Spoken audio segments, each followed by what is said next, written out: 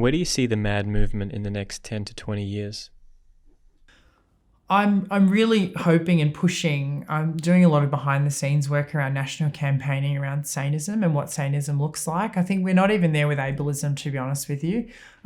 Disability is really seen as a poor cousin, I think, when it comes to oppression and how oppression is operationalized. I think we've worked very hard on racism. We've worked very hard on sexism, and even their issues that are still ongoing, and still prevailing, even in Australia. I guess we've been addressing issues of homophobia and transphobia in recent discourse as well.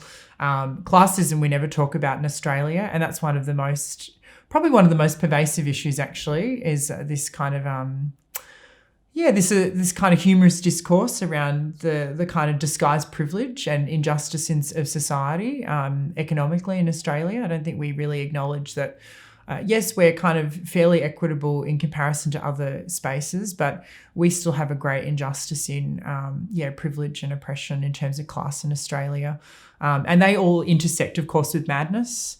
So I think I'm really hoping that national and international campaigning around saneism is happening in 10, 20 years' time. Probably when I'm, at the kind of mid to late end of my career, or maybe I'm selling myself short if I'm going to die 20 years younger.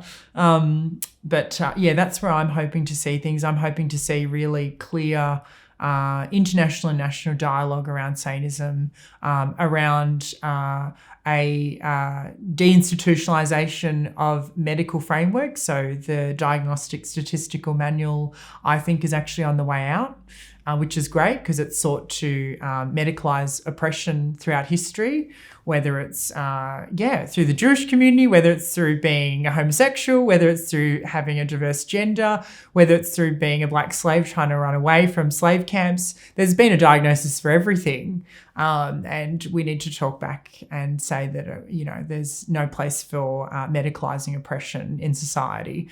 And that's just a way to control and manage by the dominant parts of society, the kind of white cis het men of society, not having a go at you.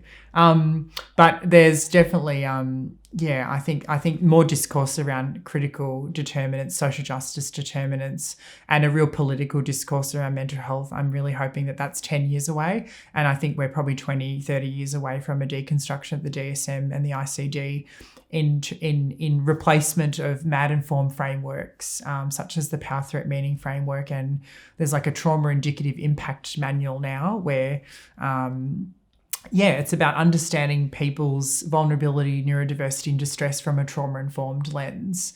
And rather than giving a diagnosis, it's about really understanding, the meaning around how the person's presenting rather than slapping a label on them, which I think is just a more humane way of working with people. Because even when you give someone a label, it doesn't fully encompass the whole perspective. It's like, even, I'll use sexuality for an example, calling me gay worked when I was 20, it doesn't work now because I don't identify that way and my sexuality has changed.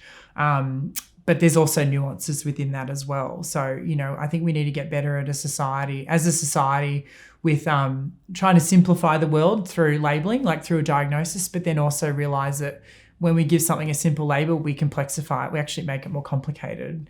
We should know that as human beings that we change. We change every second of every day. It can take one conversation, it can take one YouTube clip, it can take one TikTok for our worldview to change. So I think that I think some of that needs to change as well as a society, where we're just a bit more less rigid in our thinking and more embracing of the fact that society changes.